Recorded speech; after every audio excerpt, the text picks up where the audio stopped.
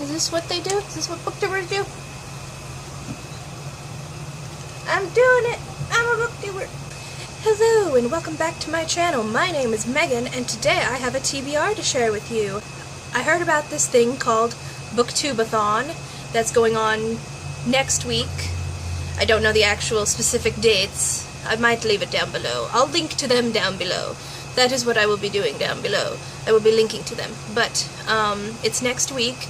I know that there's another readathon that's going on next week as well, biannual bibliothon, but I thought that the booktube reading challenges fit me a little better, so that is the one I am going with.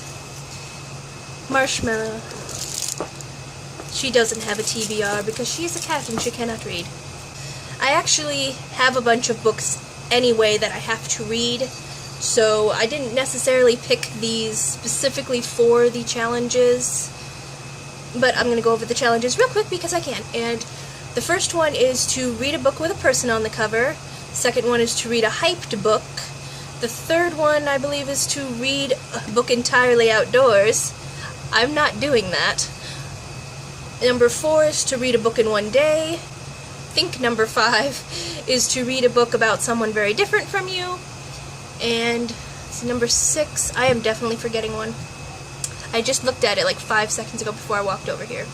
Oh, number 6, read a book that you bought because of the cover. And number 7 is, of course, to read 7 books. So, I have more than 7 books stacked here that I'm going to show them. I'm going to show them all to you, even though I don't expect to read these all next week. I just kind of need to read all of these very soon because most of these are library books. So, like, I got them for my mother to read because she prefers to read physical books, though she also now reads ebooks, so now she just needs twice the books. But and I figured I'd also get her books that I need to read too. So, win-win. I think actually all of these have people on the cover, for the record, so I think I might be sold on that one. But the first 2 here are these 2 that I need to read: The Heart of Betrayal and The Beauty of Darkness. That one's a big one. Oh, it's thick. And these are the second 2 books in the Remnant Chronicles. The second and third book after The Kiss of Deception, which I read like a month or 2 ago. I just need to read them and get them out of the way, basically. And so those first 2, I figure I'll probably start with this one if nothing else gets in my way. After that, I also have The Girl of Fire and Thorns, the entire trilogy by Carson sitting here. Girl of Fire and Thorns, Crown of Embers, and The Bitter Kingdom. All 3 of those. Is that the name of the series? I don't know, but I need to read this entire trilogy. I'm obviously not going to read all these giant YA fantasies next week. I'm not going to do that. I do know that it's not too hard for me to read a whole book in a day. Like, I've done that a lot, and I've done that recently even, just read a whole book in one day, so I'm not worried about that. For a hyped up book, I have the second 2 books in, it doesn't matter, you guys know what these are. This is A Court of Mist and Fury and A Court of Wings and Ruin, which recently came out, which I think would fit the hyped up book thing, especially I think more so this one because a lot of people won't shut up about it. Like, I keep seeing everyone talk about it. But if I don't get to these ones, because honestly I'm not that enthused by these ones, like, I liked A Court of Thorns and Roses, Thorns and Roses, Court of Thorns and Roses, I believe it's called. I liked it okay, but honestly, I didn't love it that much. And honestly, I'm not that into fairies overall, generally. So, and the fact that there is so much hype around this series and this author makes me dislike it more. Makes me more like, I don't know if I'd like that, because everyone else does. So, for a hyped up series, this might be it. Or I might finally get back to 6 of Crows by Leigh Bardugo, because that's also another book. That's a book that I've really wanted to be reading, and I started it, but I did not complete it. I got like 2% into it, but for a book about someone different from you, I'm not I feel like I should pick something very different, something different, very different. At the same time, I don't know of a whole lot of books that are about people different from me, or at least I don't have any sitting right here. But I do have two, I think, possible choices, because I know that these library books, none of these, but I do have these two books. These are two very different books as well. This one, I think has a male protagonist, and it's very short.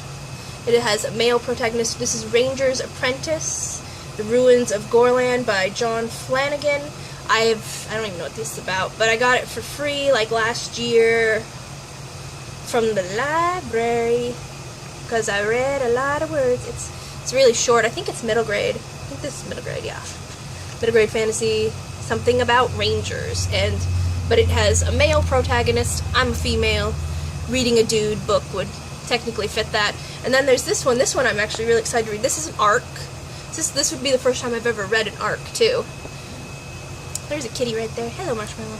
This is Forest of 1,000 Lanterns by Julie C Dao, and I believe it is it's an East Asian inspired retelling of a origin story for the Evil Queen, and I am neither Asian nor the Evil Queen, so I think that this would perhaps do a lot better for that. We'll see, but I think this would be my choice for that, probably.